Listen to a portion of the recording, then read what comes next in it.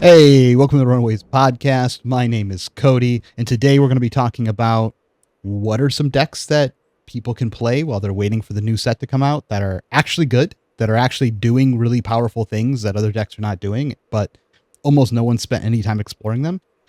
So we're going to throw out some of those ideas, talk kind of about those decks today, see if anyone picks them up because, they all have potential.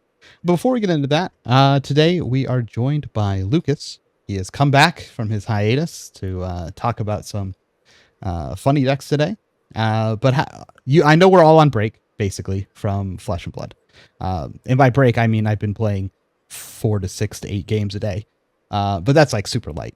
But Lucas, how has your break been so far? It's been good. I've been meaning to take a break for a while. Everybody goes through a little bit of burnout at some point, and we've had some busy cycles recently, so it's nice to, at least in theory, take a break. Kind of like Cody, I've still been playing some Flesh and Blood, but I don't feel like I'm tied down, and I don't really have anything specific that I'm working on right now, which feels nice. It's kind of liberating. I just get to play some of the decks that we'll actually be talking about today. Some fun heroes, like Cody said, some heroes that do really powerful things that are just a lot of fun to play and a lot of fun to mess with. So that's what I've been doing. And then I've just been chilling, trying to relax. And then as soon as Rosetta comes out, I will be back on the grind almost every week for a couple months. Hopefully we'll do better than we've been doing so far this year. Yeah, it's been good, and I'm excited for what we got in the future. Sweet. And Dan, I have a feeling you have been playing almost no games by some of the looks on your face when we were talking. But how has your break been then? Yeah, no, it's been a nice week. Not quite what you're saying. I started the break by playing a lot of LL, Living Legend format. I had a lot of fun, and then I kind of came to the very early inconclusive conclusion that I should just play Zen, and that made me a little sad, so I moved on. I didn't play Flesh and Blood for a few days. I randomly played a Magic RCQ. It was a sealed event, and I was just like itching to play a tournament that like had stakes, so I just showed up. I haven't played Magic in like 6 years. So I did that on Saturday. And then I came back to Flesh and Blood, and I decided to become a Kano gamer, and I've been having a blast. Just, I guess, playing the second deck that people really hate to play against. And I've already experienced the lack of will to give me practice games because no one wants to deal with it. But I'm having fun. As we should. Oh no! Onto the Kano. You go from one hated deck to another hated deck. I just feel like I put it off for too long. Like, I think it's a good tool to have, be able to pull out Kano when it makes sense. It's also like such a good payoff for pitch stacking, and that's just like a good skill to enhance in this down period, I think. Yeah, maybe we'll actually get to pitch stack at some point in time again in the game. It's been that years. Might be a relevant skill. I'm starting to just jump on years. Yuanji's train that pitch stacking is fake, and the second cycle is a mystical thing that doesn't happen. That's how I played Kano this week. I won like 2 battle hardened. No, I got second in a bunch of battle hardens with Lexi, and all I was doing was pitch stacking. Pitch You know how stacking long has ago been that real. was? It's been real enough recently-ish. That was a while back. But okay, let's dive into the topic. We're going to talk about, I had a lot of people ask me, hey, what are some decks that I can play? I'm kind of bored of this meta. I want to play some new things. And I went and looked at the February, and I've been doing some of this week as well. I was like, what are some ideas for decks that I've had that I put a little bit of time into, said, hey, there's something here is good, but there might be like 2 obvious negatives, or I just didn't have time to put any work into it, or I got demotivated to play the deck. And I said, let's share some of those decks out because I think they're cool. At least, kind of the ideas behind them, and see if anyone wants to work on them. I think they, have potential moving forward. So I will start with the first thing. And of course, it's going to be an Enigma deck because, I want to play Enigma. But it is a Vengeful Apparition Enigma deck. Essentially, it's using blue, yellows, sometimes reds, depending on the build, of Vengeful Apparition. If you don't know what that does, it says when this is destroyed and it's the only aura on your side of the field, you may play another aura that either costs 2, 1, or 0 as an instant from your hand, and it gains a +1 counter. So one of the issues with Enigma is you're playing two different styles. You're playing like an attack build where you're just like a bad guardian, or you're playing like I want to put a big aura out or a aura out and I want to protect it. This lets you play I want to play an aura out and not protect it type of style, using the Vengeance engine as a way to, or Apparition engine as a way to refill your board. So it lets you play some of the ward cards that most people don't get to play, like the red card that if this is destroyed last, then no red attacks hit you. Or but if you play that at the end of your turn for a 0, it has ward 2, but it gets a +1 counter, so it swings for 3 for the next turn. And you use this as a way to like rebuild your board every round. It's kind of like an engine, and it's been pretty good. Like the deck is pretty strong, where you're just like, I'm going to throw some auras out. My opponent's going to blow them up. I'm going to use my wards that are on the board, like blocking. They're essentially your block cards, but you don't have to. You got to attack with them. And then your board's gone. You then get to replay an instant from your hand. Gets a counter. Some of these are like Solidarity, where it's like, oh, you don't have something else, so I'm going to go on the board. It's going to get a counter. Then it's going to also make a Spectral Shield, like as an instant. Like these things are pretty strong. Go to your turn, swing with that. Swing with maybe like a 1 for 7. Swing with, another instant aura on top of it, and you're just kind of doing that cycle over and over and over again. Not something I've been able to explore a ton. Obviously, it still means that the Zen matchup is hard, which is one of the reasons I haven't had time to explain it or I explore it very much. But I think there's something there that like almost no one plays the deck that way. Have you not found the low like ward value to be an issue on the Vengeful's? The fact that they only block for 1? Yeah. Not really, because of the value they give you by giving you the +1 counter. Because they're coming in typically with like a bunch of other wards, and so you can just do that one last as well. Yeah, but, I mean, and they give a +1, and you can play if it gets an instant, which is like the big deal. Sure, yeah, the math on the card is pretty reasonable by itself. Even it's just you play it, it gains 1 life, and then it gives a +1 counter, which is worth 1 damage and an action point. So like by itself, it's reasonable, and then it can snowball really fast to be like ridiculous value. So it also like it does a couple other things as well. Since you're playing like Solidary Companion in the deck, which is a 0 cost, the red one is a ward 3. But if this comes into play and it's the only thing on the board, it makes a Spectral Shield next to it. But it's coming in as an instant with a counter on it. So it's like swinging for 4 and you have a Spectral Shield. And then you can either play like another instant that gets to swing and have go again, or you can just put like another like Apparition on the board or something like that, which I found to be pretty useful. It also like turns on your like Coalescences are online on almost every turn because you have +1 counters floating around. It makes Astral Etchings a lot easier to play in the deck because you have a +1 counter on the board, or you're making Spectral Shields with something else. I think Waning Vengeance with the yellow Vengeful Apparition is like really strong. That's like the 1 for 3 dog that if it blows up, it makes a Spectral Shield. That comes in with a counter on it, so on your next turn you can swing with it. A lot of these like little plays, and you can play it off Tunic as well on your turn. It just kind of makes the engine flow, and if you just keep chaining apparitions into apparitions, then you like keep getting that effect as well. On top of that, you can like, it means your Miragai turn's like really big because you're blocking with Helmet, and putting one in play with a counter, and then on your turn you're playing Miragai, and you're never really blocking. But it needs to be explored. If it's not going into Zen, like why are we playing this version? Is it like targeting some matchups, or is it just better overall, you think, potentially?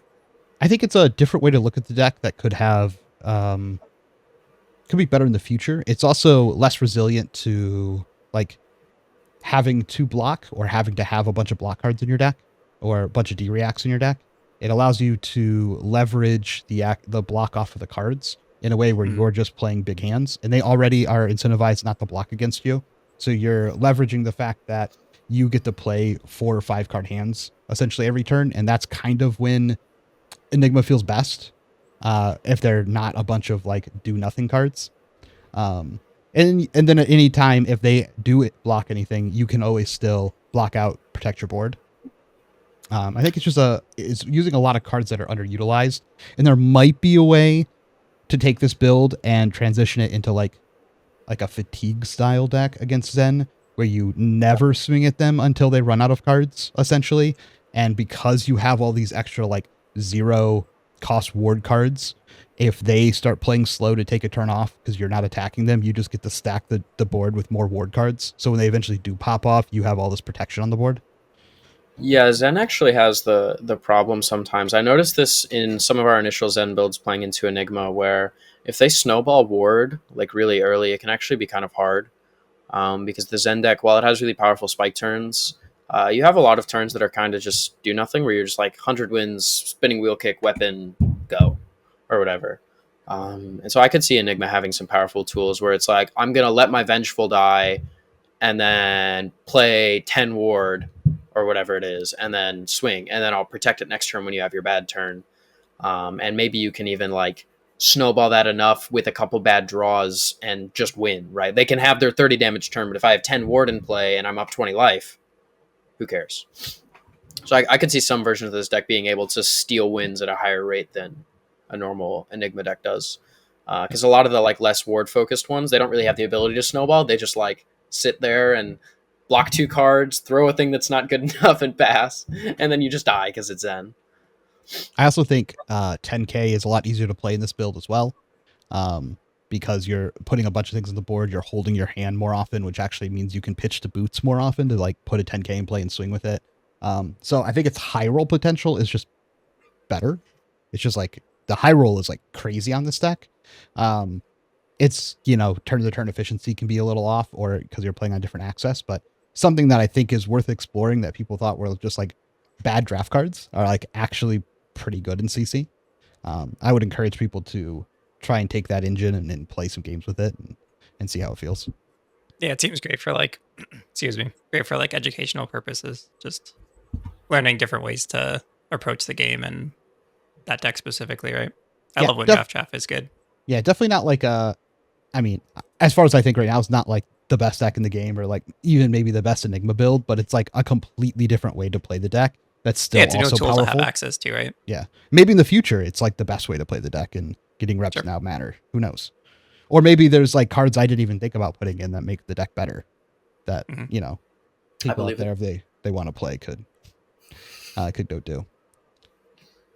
But Lucas, do you have a deck? Yeah, I got a green handsome fella that we can talk about. I've been playing a little bit of Riptide recently. I know a lot of people probably saw Pablo Pintor posted his. I think he posted the list and made the video, although technically it might not be out yet. I'm not sure. But he did very well. I believe he made top 20. He got 24th. I want to say something like that with Riptide at Pro Tour Amsterdam. The hero is really interesting, and it also just got a new card spoiled today, which we can talk about. I don't have it up, but I do know what it does. It's a 0-cost ranger action at blue. It blocks 3. It says, look at target hero's hand and arsenal. At the beginning of their next end phase, they discard all cards in their hand or arsenal, and then you search your deck for 3 traps. You reveal them to your opponent, and then you put them into your hand, and then you shuffle 2 random cards from your hand into your deck. So basically what this card does is it's the only card in your hand. You play it. Your opponent basically gets to seek and destroy, and then you basically resolve Murky Waters from your deck. You shuffle 3 traps. You get one of them. You set it, and then you pass, and then the other 2 get shuffled right back. But that card is really powerful, especially in the version that Pablo was playing, a more fatiguey style, a slower style that's more trap based. That card is incredibly powerful. I can just imagine playing against something and saying, I'm going to play this, and then I'm going to show you Collapsing Trap, Buzzsaw Trap, and Inertia Trap, and you're going to figure it out. And you're just going to have to hope that that you guess whichever one's in my arsenal right, because they all blow you out in incredibly different ways. I guess the Inertia one's a little redundant because you just seek and destroy it, but you know what I mean. But Riptide is a really interesting hero. I think he's really underexplored as well. There's so many different ways to build him. He's really interesting on the aggressive side. His hero ability, letting you reload basically multiple times a turn, is really, really powerful. With some of our arrow cards, it lets you play things like Endless Arrow and even just good solid arrows like Searing Shot, Infecting Shot that we've known forever, Drill Shot. You can play these cards and you don't take as much of the, kind of classic Ranger L where you have to take your time to load the cards. or you only get to fire like one arrow a turn. Riptide can kind of get around that with his hero ability. But he also can play good generics. Scar for a Scar is really good in him. You know, you start lower. He just has the ability to play anything with Go Again, things like Sigil of Solace, even Nimbalism, Ravenous Rebel, cards like that I've seen just triggering your hero ability and then getting good value with arrows and traps on defense. But you can also go the full other way, like Pablo's deck, where you're playing like no pumps, where it's all defense. You're just playing a bunch of 2-for-6s, battering bolts, murky waters, CNCs, weakest links, and then you're playing traps. Because traps are really, really good right now. There's a lot of Go Again. There's a lot of pumping your attacks. There's even a little bit of reacts from new. If you want to build a Hater Riptide for new and, you know, throw some Blood Rot traps or something in there, I'm sure you can do that. But he's really sweet. I think he's actually pretty well positioned right now. I know Pablo at the event, I think, beat all the Zens he played against, at least 2 or 3. And then the deck is also really good into new, just naturally. You get to play a billion cards with 3 Remembrance. You have Quiver, and you have all these 2-for-6s. All your traps trigger whenever you want them to. And then the Zen matchup, like I said, he did pretty well, and I actually think there's quite a bit there. Your traps are really consistent. Collapsing Trap can be a blowout. Buzzsaw Trap even can be a blowout. They don't block super well, so you have Battering Bolts, you have Weakest Links, you have Codex of Frailty. I think the hero actually has a lot of legs right now, and there's a lot that's unexplored. He has some really powerful cards.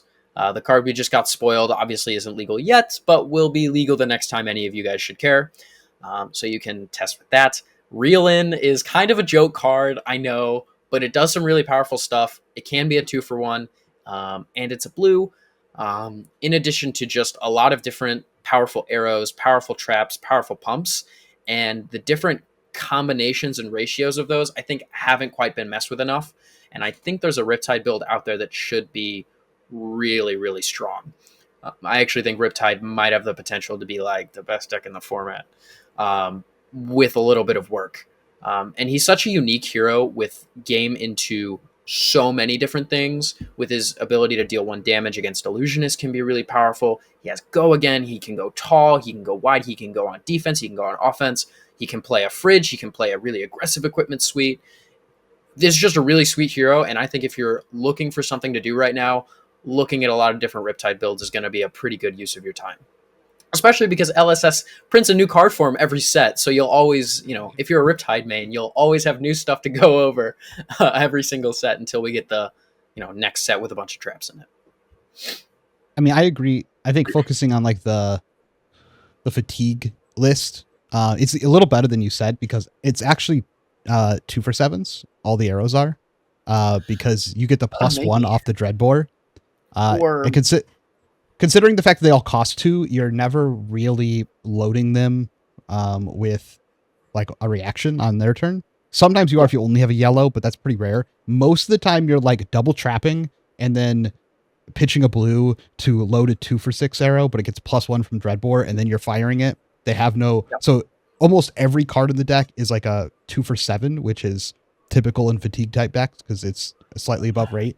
But it gets even worse when it's like a Murky Water, because technically it's like a 2-for-10, a 2-for-11. Oh, it's worth more. Sometimes even like a 2-for-15. Like it depends on what you get back and if it's relevant. Like, yeah, these arrows when they hit can be pretty ridiculous. Like Battering Bolt against Zen.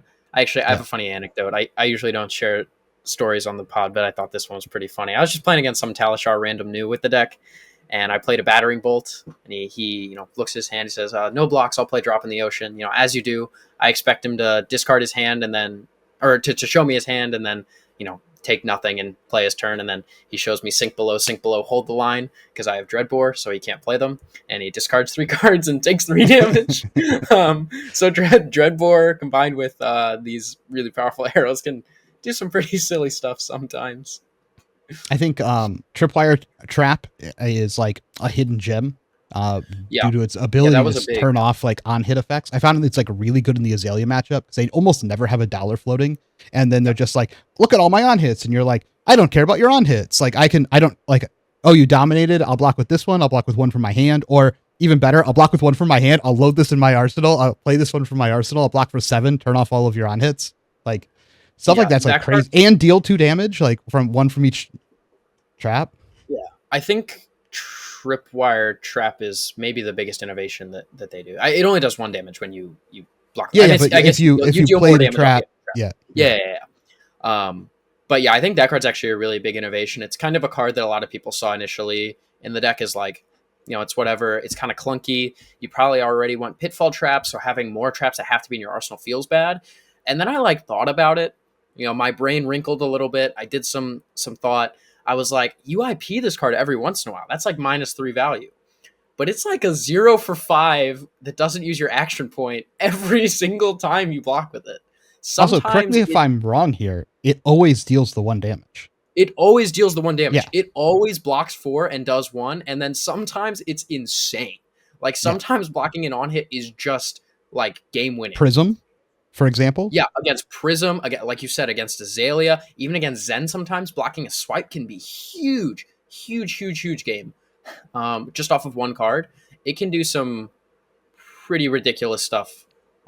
Cards like that, Pitfall Trap, when you actually sit down and like look at the math of some of these traps, it's like you're playing like Rabbles that reveal Gorganian Tome on defense, and then throwing like Murky Waters that's like a 2-card 11 or it's like a 2-card 7 that also gets you back another Ravenous Rabble on defense.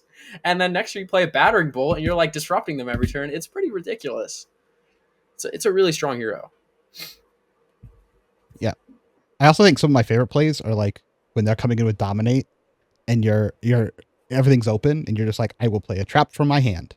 And then you're like, I will then set a take cover. I will then resolve my take cover. I will then reload another trap from my hand. And then and you're just like, here I blocked with 3 cards on your Dominate. Yeah. It's like so good.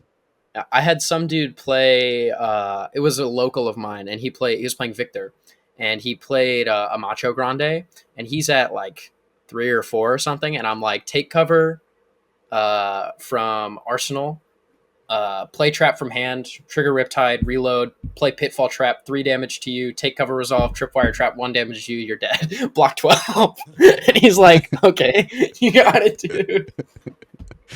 It's pretty ridiculous. There's a lot of hype for the green guy. No, this deck's fun. He sounds kind of nuts the way you're talking about it. Do you think he's LL viable? No. I think when Zen like 70s you on turn 2, it's a little hard. Too much? No, that's fair. No, I really like him too, though. I remember like 6 cycles ago now, Lucas and I had a lot of fun working on Riptide for like a week or 2. It showed a lot of promise. It just wasn't like the like equipment pieces were like competing against each other, right? I will say Sandscour is nuts, but it's not Sandscour. New Horizons nuts, but you got to play the bow that draws a card. How do we? Yeah, it was actually really interesting. I think a lot of the problems that we had with the deck back then are not solved, but a lot different. Like we were worried that we didn't have enough ways to use our a blue efficiently, because it felt like we were pitching a yellow every turn, and it's like our cards are rated to be pitching 3 resources. So if we're pitching a yellow every turn, we're just 1 turn behind. We have a lot more 2-cost arrows now that work better. Yeah, Battering Bolt being good is a big deal, I think. Yeah. We also have good blues now, which is huge. I mean, not a whole lot more, but Intoxicating Shot is like a real card. That card is very good. That card actually surprised me with just how good it is against something like Zen. That card pretty much always just like a 0 for 4 blue anyway. Their stuff is so small, but a lot of the times you're like blocking 3 on a 2 anyway. It's optimal for them to swing weapon first to play around Frailty Trap most of the time. So turning that 2 into a 3, a lot of times you're going to block that anyway, so it doesn't matter. All their stuff already has go again. You're just playing a 0 for 4 arrow at blue, which is really powerful. And the new card as well being another blue. It also fixes my least favorite part of Riptide, because I spent a decent amount of time on Riptide for the last 2 events because I was thinking about playing it. Actually, the last 3 events now at this point. It fixes the point of I never get forced into pump arrow, which is how I like lost almost every game that like with Riptide. It would just be like in the middle of the game, we'd be trading health. I'm playing super efficient, and then I draw a hand that's pump arrow, and I go, well, I can only play this turn one way. I guess I take 15, and then I will send this back at you. And then it's just like not good enough for the rest of the game. Yeah, they just block, take no damage, and then the rest of your hands are all traps. But if you have a lot of traps and no pumps, then you get to play the game however you want. Like you decide don't if make you as want to much- throw a 3 for 7 or block with your whole hand. Yep, and you don't make as much progress on offense. But right now, I don't know if you guys noticed, but people don't really like blocking very much. They like attacking. So if your deck is all blocking, people can't really change their game. Like Zen's not gonna like pivot to blocking you out and like try to set up. He's just out of cards. I disagree. Well, you have 3 remembrances for we can that, find out. and the quiver. So good luck on good luck on fatiguing. Like Yeah, you definitely can't fatigue the Riptide. That's just not. it's 12. I have 12 additional arrows in my deck. So I don't know. I think people should play that deck if you're looking for something fun. Good. It's actually pretty good. It might actually be really good in the meta that's currently right now. I think it's one of the top decks actually.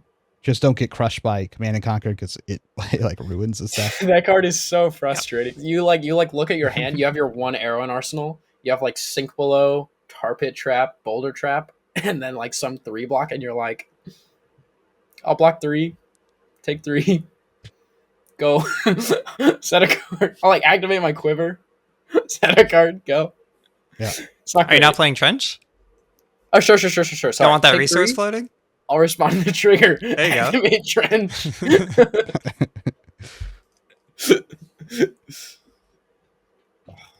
Cool. Yeah, I think that deck is definitely worth spending some time on. It's one of the decks it's a I've been good one. playing. The only deck I've been playing. Dan, do you have a deck to talk about, or do you want me to go to my next deck? I can highlight 2 quickly. I mean, I already mentioned Kano. Like, I don't think there's too much to explore there because before Kindle, he hadn't gotten a new card in like 3 years or something crazy like that. He got so many new cards, so many zaps. Like So many. zaps. I mean, dude, they're So kind of many nuts now with Kindle though. Like, that's all you want is just any castable free spell. Aether Arc, I actually think was like a huge sleeper. That card's insane. Is that the one that makes it ponder? Yeah, that card. Yeah, the ponder one's insane. Yep. Yeah, not in terms of like innovation or anything, but I think for the downtime, like Kano is so severely underplayed. Like people have it as S tier, like almost every cycle, or like A tier at worst, and like just so few people are actually willing to play the deck. And I think working on your pitch stacking is actually like a very good use of time right now. Or just learning, like, because it operates on a different axis, right? Like, if you don't like this meta, if you don't like new stripping your cards and Zen running you over, just play Kano and play your own game. Like, just zap people. No, I feel like I want to highlight Dash IO a little bit. Because I feel like there's never going to be enough time to, like, fully work on that deck and figure out what's optimal. Like, I just feel like, I don't know. I feel like there's so much to explore with that build. They have all these like funky items you could play with, like recursion packages.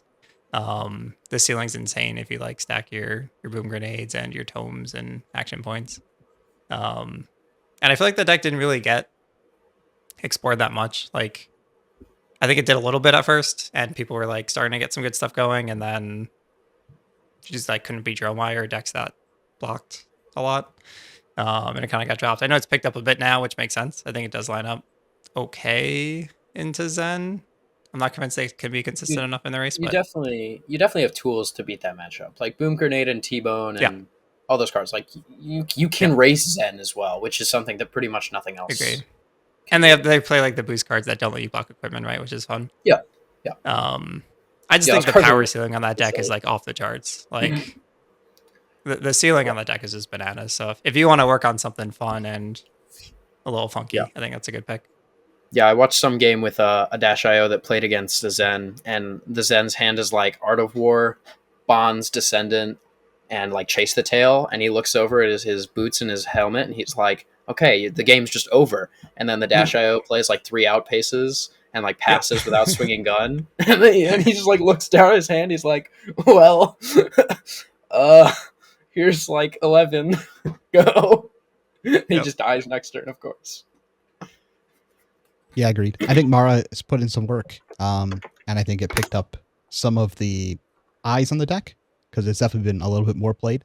But there's like so much to explore there, like you were mentioning, and just like the play patterns are hard with the deck, and it's like how high rolly do you want the deck to be versus how consistent do you want it to be, and like trying to find a package in there. On top of, can you beat fatigue? Like, is there a way that you can legitimately just beat fatigue decks? And I don't mean like there's no dedicated fatigue deck right now, but I just mean like if they For just sure there decide is. I'm just going to block now. It's like every deck against What do you Dio. mean? We just Um, talked about the yeah, fatigue the deck. in the Riptide. People aren't really playing that right now, but it's just like all decks just default to fatigue against Dash IO half the time. Hmm. So being able to beat that They used is to, at a big least. question. They used to before they had a bunch of no blocks. It depends on, I guess, Mhm. what the deck is. Yep. Okay. Next one I'll talk about is Vincet, and not just normal Vincet. Vincet has an OTK setup that is relatively consistent, that does about 50 damage depending on what cards are in your hand, that I just have seen almost no one explore, including myself. Like I've built it, I've played it, I understand how it works. It's essentially, the idea is this: you're going to swing 4 attacks in one turn, which I can do with boots pretty easily, like not super difficult. It does require a couple of card setup. Typically, if you want to like build this deck and then start practicing it or trying to find a way to like make it really consistent, but it fits pretty good in the meta with how you'd want to do this. Like New would actually like accelerate your combo in some aspects because you get to just banish cards by blocking, which is kind of a bonus in that matchup. And then never attacking Zen until you just kill him in one turn is like the best way to play against Zen, technically. So it could have some potential here. But essentially what you're trying to do is you have to get 2 Deathly Whales into your Banish Zone, and then just 2 other attacks. Like 2 other 2-cost attacks is preferred. You can do it with a 4-cost, but it requires some other cards. But you just get like 2 2-costs in the deck. So you have 4 banished attacks. You need a Go Again card. So the best one is like Shadow Puppetry, so that you can pay the 1 on it. You typically might need a second Go Again card. That's why it becomes hard. But your 4 attacks are in the Banish Zone, so they're not part of your hand. You do have a bunch of good armor, like your chest piece, helmet, arms, etc., to be able to block to try and play your big turn. And then there's just a smattering of other cards you can have in your hand to kind of make this work. They can be things like an Envelope in Darkness. They could be like Mordred Tide is really good on your pop-off turn to allow you to chain things in, depending on what gloves. Tear Through the Portal, which almost no one plays, is really good in this. It's a Shadow Go Again card. It applies Go Again to a red card in your Banish Zone for 0, which is really good in this spot. Obviously, like Revel is good. Runic Reclamation's fine for like additional plus damages, but you only really need a couple of cards in your hand to be able to pull this off. Essentially, the combo is just going to be you have a stack of Rune Chants because you've been sitting. This normally takes about 5 to 6 turns to set up, at least when I've been playing it, which is actually not that bad for like a giant pop-off turn. And then you just play your first attack, which is going to be Deathly Whale. You'd want to respond with your boots, typically on a Shadow Puppetry. You pay 1 damage to yourself. Obviously, if you lead with a Mordred Tide at the beginning of the turn, it makes all of this way easier. But if you don't, then you're going to need another source of being able to get an Arcane. So that might be like a Funeral Moon. But you'll play this. You'll do your reaction. That'll give you an action point back. It'll also give you Go Again on your next attack.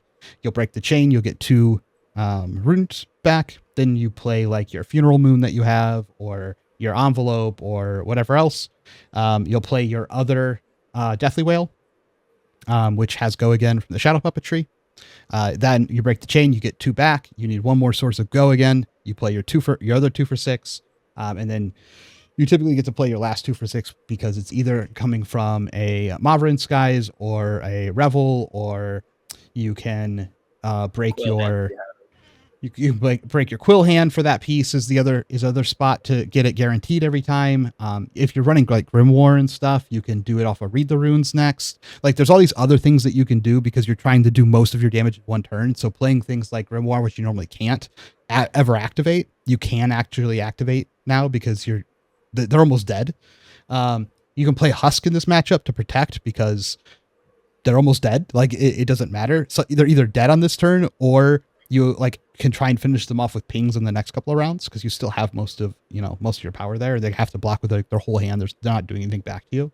But I just haven't seen this explored very much. It's like a fairly consistent setup that is very flexible on the pop-off turn. It just needs 2 sources of Go Again, typically. And then you can do it with a bunch of different pieces. And I mean, there might be something relevant there in that deck.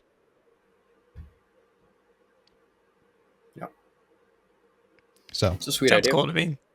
I want to see it. Yeah. I've seen some that are a little crazy with like you run like red jack-o'-lanterns to like turbo through your deck to get like more stuff in banish, because like obviously the more stuff you can get in banish faster, the easier the combo is to turn on. And like a Mordred in that turn just makes everything free. Like it's just like you don't need anything. You get Mordred 2 sources of go again and like a pitch card, you're done. Like it just, you do everything. And you can go bigger than this if you're playing anything with go again, if you're playing swarmings, if you're playing like any of these other cards. I just, you know, I don't know what the perfect version of this looks like. I just know like that beats fatigue, especially if they're like blocking everything. Being able to set something like that up against fatigue is very strong, and it seems to have a potential to interact well into the current meta. And I think it's like, if people out there want to explore it, 100% worth exploring. Does it beat fatigue? Yeah. Like, can you stack big enough, or do you have like a follow-up? It at least in theory should have tools to beat fatigue. Yeah, I mean, you're still playing, like, you can still play the normal game. Like, you still have like incantations. Sure. The part of this that's missing is because you're stacking for like 5 or 6 turns, you typically have 10 plus rune chance out. And so like it's like 10 rune chance at the beginning plus the 4 attacks plus the rune chance that each one made. And that's like typically around like 50 damage when you do all that, which is like pretty crazy. Yeah, I'm just thinking like Guardian is like the deck that would be trying to fatigue you, right? So they have what, like 10 block on equipment plus 12 to 16 in their hand. Yeah. So you just need like play the game from there. Or you can do the opposite. You can play the game at the beginning, get your chip in. Sure. Because you're always going to get some chip in and then set up a big turn at some point. But it should, the big turn either way has to be a part of the game plan against fatigue. This is just like an even bigger than the normal big turn. Typically you play like a 24 to 30 damage turn against fatigue. Have you ran into the Warmongers issue yet? Because I think it's like not being played currently. Too much in the meta, right? But that's like I don't talk about Warmongers. Okay, that's fair. The other thing about this deck is that you can play like a cooler version of it in LL with a much better hero, and you can just play like the coolest RuneGate deck, which I think is not amazing right now, but RuneGate Chain is like the most fun I've had playing Flesh and Blood in so long. That deck is. Have you tried not attacking though? Maybe that was your issue. Maybe I could see maybe a Vincet style of like try to OTK them maybe is a thing. The issue with the deck for people was that the Zen matchup was hard because you're like, I'm gonna shackle and get to 3 shackles and then I'm gonna start banishing and then you're dead before your second shackle and it's like, oh well, oops. But maybe we played one game where I blocked strides when you went first. On turn 0. So I just took whatever damage you had. I was like, I'll take 5 cards and present 60. Sign me up. Yeah. And then I blocked with like 3 cards and my Husk and my 5 or 6 armor or whatever. Or I guess that deck has no other armor, but it's pretty silly. But yeah, I think it's worth exploring. Like if someone wants to put time into that, there's a real payoff there if you can get that engine going. If you can make matchup plans for everything, it'd be very unexpected, and it has enough tools to do it consistently. It's just about like, is that good enough, right? But it's something powerful that other decks can't do, right?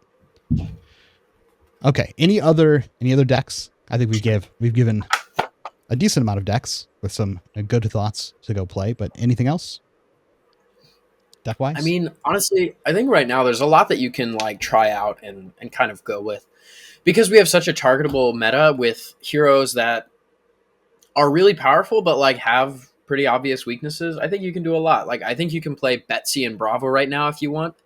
The deck that Charles and Pat played at the Pro Tour maybe didn't do the best for them, but they were playing some Gem Roulette and they lost. But if you want to play Gem Roulette because you know your locals is a bunch of Zens and News, something like that could be an interesting deck to play, right? We have Victor, still got some interesting cards that you could play. You could lean maybe a little bit more in the gold. You could be more aggressive. You have a lot, I think, that you could be doing right now. Like, Mech has a lot of tools. Maybe Teklevasan has play into New or Zen. My instinct says he does not, but he has a new card that lets him play into Wizard that we just got spoiled. And so if you can find something outside of that, you know, his historically biggest problem is maybe not solved completely, but definitely a lot easier. So I don't know. I think that there's a lot of heroes right now that you can do interesting things with. We just got an Azalea Armory deck as well with a bunch of new aim counter cards. Aim counter Azalea, if you can disrupt Zen every turn, you're going to win. The new matchup as well for Azalea historically has been pretty good. Bolton just got a bunch of new cards. I heard some people saying that maybe they think their Bolton deck is reasonable into Zen, playing a combo style with Via the Vanguard and Art of War off of the new yellow chest, the Courage Blade Hold style thing. So I don't know. I think that this format it looks not super like interesting at super top level, but there's actually a lot at like the more mid bottom level that I think could be interesting to look at. Like Max has interesting play right now. I think not attacking until you build the suit is maybe playable. So I don't know. I think there's a lot you could be doing right now outside of just Mystic Heroes and Prism and Azuri, I guess. I think playing all of those is also a good idea, though. Like, if you don't traditionally play those decks, this is a great time to agreed. learn how they work, especially the disruptive decks. Like, playing the new from the new side or Azuri will give you a big game against it. Yeah. I would definitely recommend getting out of your comfort zone and not bringing the same deck to locals you always bring during this right now. It's like no real point. Okay. Podcast questions. So these questions are asked by premium members of our Discord. If you'd like to be able to ask questions in the podcast, look at videos that we release, I think we just put those out a couple of days ago, and they show, you know, us drafting and playing games, prepping for Pro Tour, or ask questions, find other people to practice with. Feel free to join the Discord in the link below. So first question here is going to be from Millen. It says, do you think the power level MST Heroes was a bit too much? Or would you like every set to have more than one competitive hero? I just don't know anymore. Maybe. I just think there's been like so many absurdly powerful cards and heroes lately that like I just don't know anymore. I think it's probably fine. I don't know. I'm just gonna live in the world that we're given for the game. That's kind of where I'm at. Yeah, I think that the power level of the new heroes in terms of like meta share and like how strong they are compared to other decks is actually fine. Like I think literal win percentage wise and like meta share wise, I actually think MST is pretty good as sort of like a reset set, which it kind of is, right? It's like redefining the meta and how Flesh and Blood's going to look for the next few months, probably for the next few sets, and I think that's fine. Any gripes that I might have with the Mistvale heroes, I think is more of just like a specific to them problem. But I have no problem with new heroes being powerful, especially if it gets new players into the game, which is really the biggest thing that our game struggles with, is getting new people to play the game. I've had 4 or 5 recently of my old Yu-Gi-Oh friends come and play locals and start getting into Flesh and Blood, saying, oh, this new Mystic hero looks really cool, or just any newer heroes looks really cool. And that's always really exciting for me. I've seen people actually buy Armory decks and enter into locals and play them and have fun and say, I want to play KO and then I'm going to build Enigma whenever I can, right, as I build up to that. And so anything that's getting more people to play the game and enjoy Flesh and Blood with us is good in my book. Competitively, I think maybe the Mystic heroes missed the mark slightly on some things, but I think in general it's great for the game and it's a healthy enough format. Diversity wise, it's not too diverse. It's not too, it's not tier 0 or anything like that. But I think it's fine. I think if we have, Rosetta, and if Rosetta comes out and all 4 heroes are playable and 2 of them are really strong, that's okay with me. As long as the gameplay is interesting. Yeah, I think that you're saying the only real issues with the power of these heroes is just the way that they feel, like what you're losing, I guess. But it's just like, I don't know, you're gonna lose games in some way. Like, does it really matter how it is? If like you just warp your perspective a little bit. Made a video complaining about that. He can do all the complaining. We'll stay here and do the but it's like, I don't know. It always feels bad to lose. Like, who cares how it happened? I think it's a little different than that. I think the power level of the heroes is fine. I think the way in which they were given that power is not fine for the game. I like Zen getting more powerful because you're trying to play the game is like a really hard way to balance a hero. Like, it's really they banned Awakening and then reprinted it and made it better. Like, I don't know. I can't defend that. I don't love that we've said the words, you just don't attack them. Yeah. Like 6 or 7 times. I think Zen's very beatable if his armor set didn't make him more powerful because you're trying to interact in the game the way the game is designed to be played. Like if you didn't like I can build decks that beat him when I get to play the game, but if I attack him and then he gets stronger because of it, then like I can't It's not beat just him stronger, it's like it's significant. Like, the it's best possible things Yeah. you could add to your hand, you add to your hand. Disposable card plus And the so, like, blue, or the best card. It's like, it's crazy. but his actual power level, I think, is fine. Like it's Yeah. fine. It's targetable. It's just that he's so protected because of that, and he gets so much better because of how the game is designed to be played. Like I have to attack to win. In most cases, that Unless you don't. And that's Yeah. what today's episode was about. that's that's the hard part for me with that hero. I think I just not a big fan of you can't play the game lockdown. Yeah, it's like Starvo again, right? No, Just no. discarding cards every turn. Just From that perspective. Like my issue with Starvo, I mean, other than like his ability being ridiculous, it's just that like Not good you enough got in a lot. cards stripped every turn, right? It's just like yeah, Not at gonna least play you my had like cards. armor and stuff to deal with that, or like plans. Sure. And all of his damage was like heads up. So like once he played the card, you knew what the turn was. Like there wasn't that many surprises behind it. Which is not how new works. New's the opposite. Like new puts something that says you're going to not have all your cards, but you have no idea how many they are, and there is no right answer. or which they are. Yeah, exactly. Yeah. So like, Oh, We've doomed on the Mystic Yeah. Heroes before. yeah. so Hey, but the everybody actual knows power, but the actual power level of the cards, I think is completely fine. And I like no. when a new set comes out and I can play one of the heroes in the set. Like I think it's mandatory that at least one of the heroes is like playable. I would prefer a couple of them be like Yeah, I do One think be it's much good better if it's a couple. in different levels. Yeah. But Maybe you can't not have like sets with hard no counter, hard playable counter, decks. hard counter. Yeah. I could do with less of that. So Make it at least a little more interesting to like discover how to counter the decks other than just like build it in. but overall, I think I liked MST. Yep. Especially for draft. But I think Fino's video Draft. says everything that I would want to say about the meta. Yep. As well. He can complain for us. We'll just be Yeah. happy sunshine all over here. Wait, can we next- be for a second though? I'm like Yeah. really gonna miss drafting this set competitively. Just a quick highlight. Yeah, farewell. I try to do it every Miss- week, but it's like it's so good, man. I want to just draft this set forever. Hey, I think we could, if maybe Worlds will be split and we'll get to draft this, I was Oh, gonna say, and we'll get to draft please. Rosetta. Please. if That'd be there so was good. ever a time for them to do the different like split draft, like this would be the spot, because I think there it's not a hot take to say that this is just like easily the best draft format Fab's ever It's like had, right? so Like, not it's close. It's not close. Like the games are better than almost any other format, and the drafting is better than almost any other format. It might be first in both, but it's definitely not worse than second in either. In my And opinion. we saw the play stats at Pro Tour, right? Like a lot of those times you can like spin those graphics how you want, but that graphic was like so clear. It was like perfectly balanced. It all was three like that at heroes. almost every event that I watched. US Nats was the same way. There were like Mhm. two more Zens than Yeah. the other heroes both days. I think draft format's great. So good. I would, if Worlds is is combining the whole year's worth of talent essentially and trying to win Worlds, I would have no issue with a split format between I love it. Rosetta and this. I for like the draft days. idea because of Mist Veil.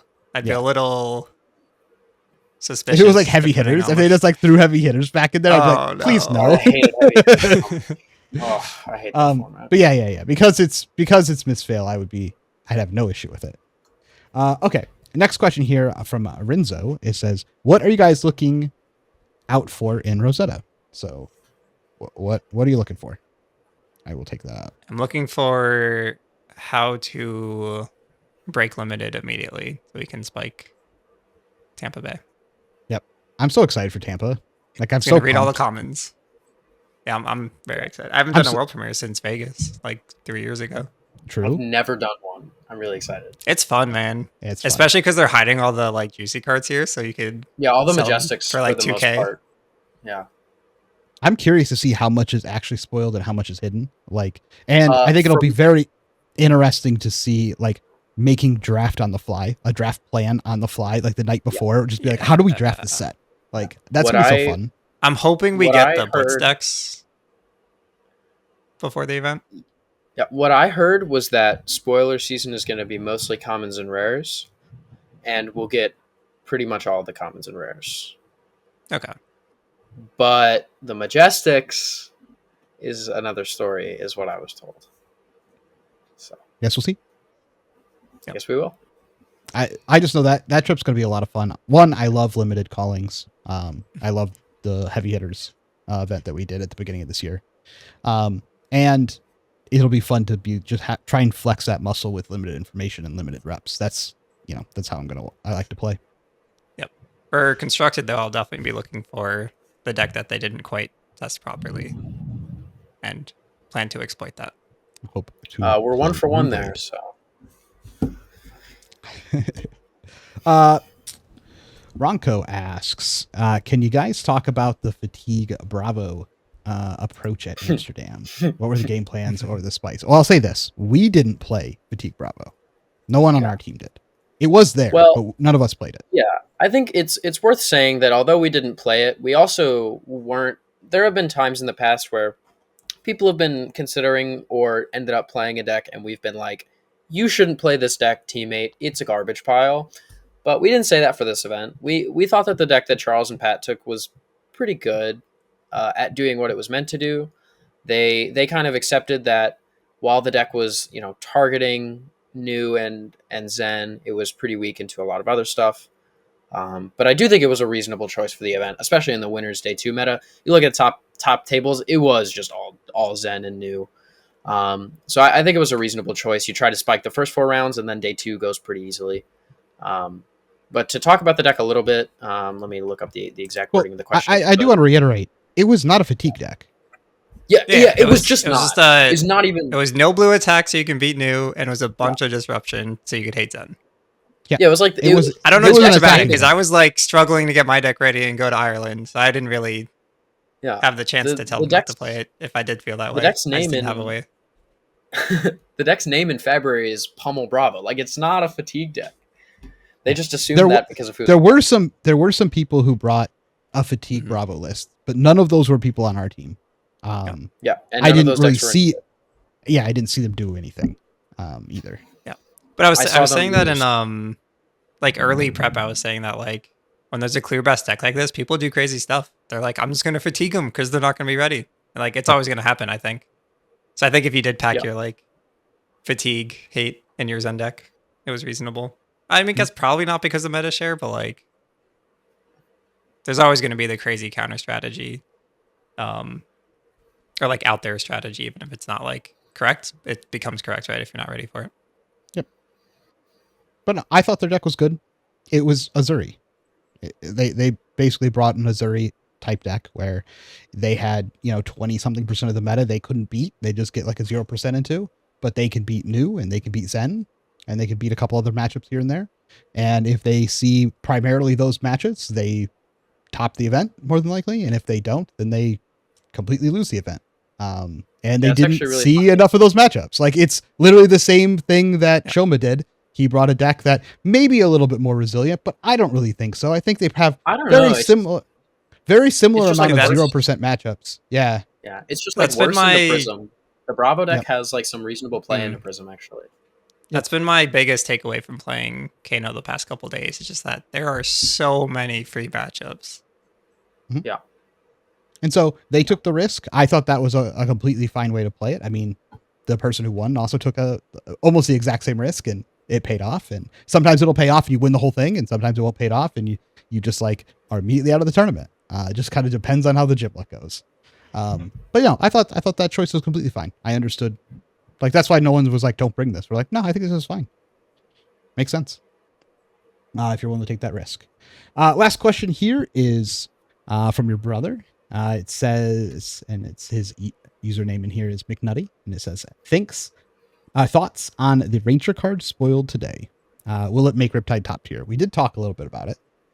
I love the use case that Lucas mentioned, though. Just like playing the mind games of like, here's what I might throw at you. Yeah. Which one do you think I'm actually going to keep? Like, that's so fun. Especially because I think the most underrated part about this card is that you just look at their whole hand and their arsenal. Yeah. Like, that's kind of huge. I love that always. Like you like, oh, you have CNC? Me block with trap from arsenal immediately.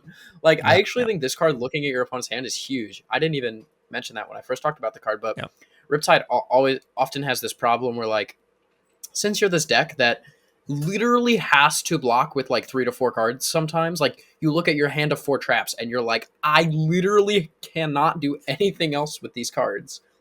So knowing what your opponent's going to do is a really big deal. You'll have this issue a lot of the times where you'll be blocking a lot of 2s with 3s or 3s with 4s, and you're just like losing points because there's a chance that your opponent is going to throw like a small attack at the end, or they're just going to pass. But if they're under the Seek and Destroy style effect and you know their hand, you get to guarantee max out your value every turn. And you kind of get to like punish them for not, like they can't punish you as hard by just passing, right? Or just throwing CNC and arsenaling and passing, which is a really powerful play sometimes. Even if they IP themselves, it still might be the right play. So I think this card, like getting information and also combining it with the Seek and Destroy effect, as well as just, being able to tutor, like 2 of the best cards that have ever been printed in Flesh and Blood, probably the 2 best cards ever. I think it's pretty sweet. I think the fact you see Arsenal is like kind of wild. Yeah. Like it for sure could have stopped that hand. The card's almost better than what you said it was, because if the decks are trying to set up, so like think about Zen, for example. Yep. Something you could do, say they're like trying to set up, you've been blocking, they're like, okay, I'm going to get blocked out. I need to set up. They like put an Art of Ward in, they do the thing. You play this card, you look at them and say, your setup doesn't matter. You're either going off this turn or not. However, what you get to do There's is a 33% chance. You get to take a trap that's just like discard your hand and draw. Like you get to take a legendary trap. You get to take, you can take multiple traps and discard something else if you kept anything, right? Most of the time you're probably playing this raw and then like picking up 3 cards, discarding 2. They know what you have, but you just set it anyway. So it gives you an arsenal. But the thing is if they don't go off, they lose everything. And then you just drew a card that lets you stop them from going off in the way that they expected, which probably then lets you hold 2 cards to throw something back at them again. So you like neutralize the setup, probably made their turn worse, and then it also bought you space to like throw back at them, all with like that 1/3 block blue that costs 0. It's like the card's actually really good. This is the card you. Go ahead. Are the cards you shuffle random? Yeah. Well, you show them 3 cards. They all go to your hand, and then you shuffle 2 cards from your hand into the deck. At random? Yes. Oh. I thought you chose. Yeah, it's random. But you sad. chose the cards from your deck, but you don't. Yeah, understood. But another interesting thing about this card is this is actually the first of these cards that we've seen before. I'm double checking right now to make sure I'm not completely wrong about that. It is not random, sir. Yeah, I didn't think it was random. It's not random. What? That's why I said it's better. You get to guarantee the one that makes them discard. The legendary. I didn't know that. This card's ridiculous. Collapsing trap. Okay. You get the guarantee collapsing trap, which turns off their setup, like I was saying. Or it's a blue block 3 that is sometimes like pretty decent, and sometimes it's nuts. Yeah. Also, this is also the first time we've ever seen a Fab card printed that does this, with one exception, which is what I think was the best card in the game like a year ago, which is Codex of Inertia. This card lets you give them an Inertia token and not attack them. So this is the best Inertia token we've ever seen. Obviously, it's a Seek and Destroy effect, not an Inertia token, but this is the best effect of this we've ever seen because they can't block. You look at a new, and they have their hand of Sink Below, 3 cards that play. No, they don't. It just eats the Sink Below, right? They can't get value out of their cards. So a lot of the time, this card is going to be taking just a full extra card from them, in addition to searching whatever the best trap in your deck is. This card's pretty insane, actually, I think. Now, the more I'm thinking about it, this card just seems absolutely ridiculous. I did like the comment I saw on Twitter of like, imagine casting this card and seeing CNC Pummel in their hand. Oops. At least then you know. Well, and also the funny thing is, if they show you CNC Pummel, this card, the Inertia token, still matters because they can't use their full hand. So you like gank a card with the Inertia pretty much every time anyway. Unless it's like no tunic, exactly CNC Pummel, no arsenal card, like whatever. Maybe it's CNC double Pummel, and they'll use all 5 cards. But that's what your chess piece is for. You're like, fine, I'll put my trap back. Block with my hand. Right? Yeah. Hopefully. But no, I think the card's really good. Yeah, that's why I said hopefully. Hopefully, you can block with 2 cards. Cool. Any closing thoughts? I think we have talked a lot about Riptide. Oh, I did want to say Great Bow Azalea with the new cards that just came out is probably something that people should be exploring if you want to try to explore something unexplored. Yeah. With a new Definitely. armory deck. Yeah, the new arms and the new boots are pretty cool. Mm-hmm. The new yellow pump is only good for Riptide, kind of, but it's like really good for Riptide. Well, maybe. I mean, it's also just good in any aim counter Azalea deck, I think. Yeah, but you like pay 1, pitch a blue, Riptide effect, load, target, flip. Yep. Put an aim counter on it. It's like that's like actually. What really are we hitting? good. Like infecting shots? Well, you would can hit anything. you would try and hit play cards battering that roll. actually have. Yeah. You You'd can also hit try and Murky play Water. cards, Murky Water. But play I don't- what cards does that this card Murky do? Water gets plus the 1. counters. Does it give an aim counter? Yeah. Oh, it Plus gets dominated 3 or something? plus 3 and aim counter. Yeah, and it's a It's 1 a cost. yellow So you plus can one. And get it blocks Murky 3, right? Water plus 1 and dominate. Box 3. Yep, seems good. Yellow. Well, which is huge. I am going to go back to playing Baldur's Gate 3. So goodbye, everyone. Have a good day. Take care. See ya. Yeah, we're getting rid of the envelope here, 7 but envelope What we could do and here is go ahead darkness. and play the envelope. All 3 pitches of envelope and darkness.